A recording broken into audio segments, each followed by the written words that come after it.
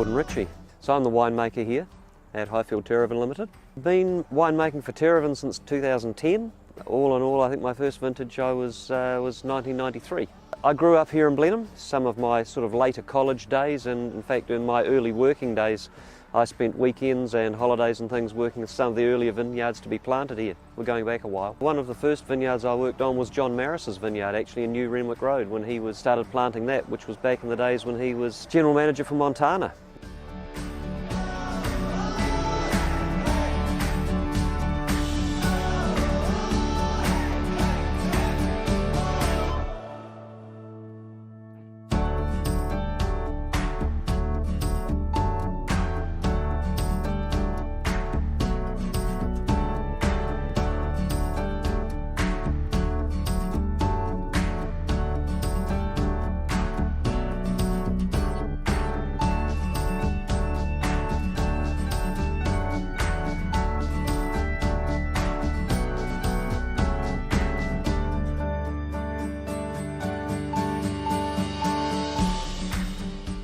We're here at Highfield Vineyard Restaurant. I'm the head chef near Renwick in Marlborough. I'm originally born in Germany, moved here 2009. New Zealand wines, I would say, are more complex, whereas German wines or European wines in general fine lined. Our menu consists of quite a few small plates, and then we also have daily special main dishes, and our famous tapas platters have the mussels on them and some pork meatballs, then seasonal bruschetta, our own ciabatta bread, other seasonal dips, charcuterie, sometimes pate, and we are doing our own sourdough bread with our own sourdough starter as well, and our own ciabatta bread. We are making the dough pretty much and forming the loaves and then letting it rest overnight in the chiller. So the dough has time to ferment slowly and it develops more flavor as well, and it's actually healthier. For that we also need kind of a starter which is made the day before, and then the next day we make the dough, form our loaves and let them proof, and then they go in the oven. The popcorn chicken, that is one of our small plates. Chicken thigh marinated in chilies, ginger and garlic with a bit soy sauce. Then they get dusted in corn flour and sesame seeds and then deep fried for 5 minutes, and then they have a nice golden popcorn-like crust, and that gets served with pickled red onions and chipotle aioli.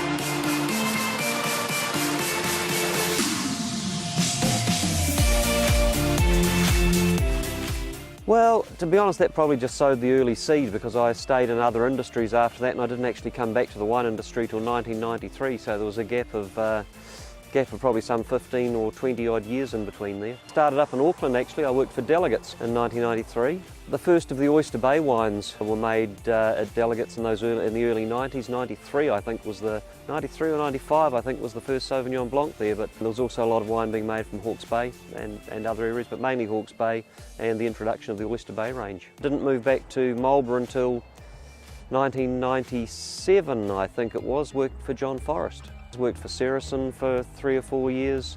Then I went out to Indevin. I was at Indevin for 7 years before coming to TerraVin.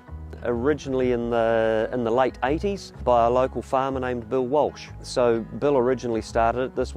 It's called Highfield because this was the Highfield, and I think Bill owned it for about 2 years, and then a couple of partners bought into it. Tom had passed away a little while before that, perhaps 3 or 4 years before that.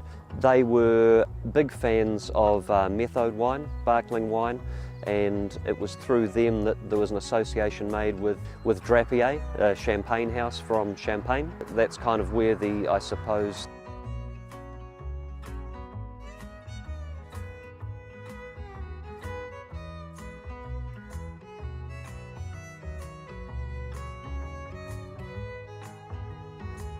What do I like to make? Yeah, well, that's the thing, I guess. Yes, I've worked for small places, I've worked for big places, so I've seen quite a lot. I guess the one I like to make is wine that I'd like to think that people would consider to be interesting. Interesting good, perhaps, rather than interesting bad. But yeah, wines of interest, wines of balance. Sauvignon Blanc, Pinot Noir, Chardonnay. We've got a little bit of a rosé program going, and Highfield have always traditionally made sparkling and a little bit of Riesling as well. I think that runs the gamut of the varieties here. How do I enjoy my wine? I do tend to drink a reasonable amount of wine at home.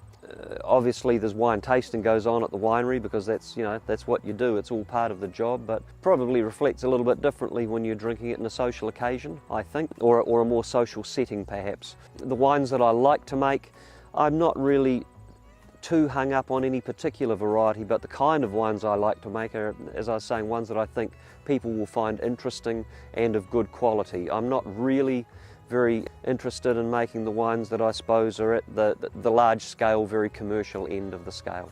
I think it's a great adjunct to it. Is it better with food? I don't know. I think it's just the same with food. I think it should always be good. I mean, there's good wine and there's bad wine. I don't know if putting bad wine with food makes it into good wine or not. I suspect not. So I think the best match with our Tiahu Sauvignon that I've tried, one of my favourites has been, it was a groper fillet and it was crusted with pistachios and done with quite a lot of spice. And I think that, you don't often think of Sauvignon Blanc as going with particularly spicy dishes, but the extra weight that wine has, the barrel time that it's had, etc., it really made for quite a nice match. Pinot Noir, it's hard to go past. It's hard to go past a nice piece of spicy eye fillet. Wine with Marlborough scallops, I'd go for a Chardonnay actually.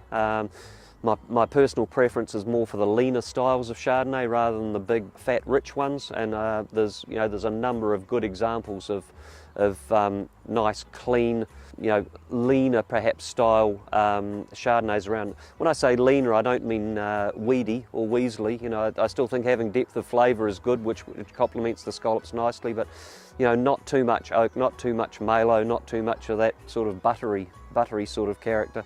We make a Tiahu Chardonnay, which I think would pair really nicely with that. And again, that's in that sort of leaner style, the sort of lemony grapefruit sort of style rather than really ripe tropical fruits.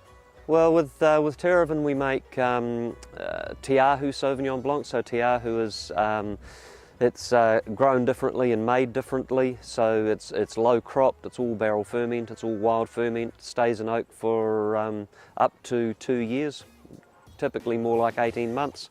So it was released quite a way after the vintage of production, a couple of years out from when it was picked, sometimes a little longer. And then we do another Sauvignon Blanc which has about 20% of barrel ferment, but that's all neutral barrels. So again, looking for a textural wine rather than perhaps the really kind of leap out of the glass type style. What I'd like to add perhaps is that we've got a great venue here. We've got a lovely terrace up here with the restaurant, and we've got both the Highfield wines and the TerraVin wines here. Steffi does a terrific job. David and his team do a great job in the kitchen, and it's on a nice day like today. It's a great place to sit and sample the two, the food and the wine together.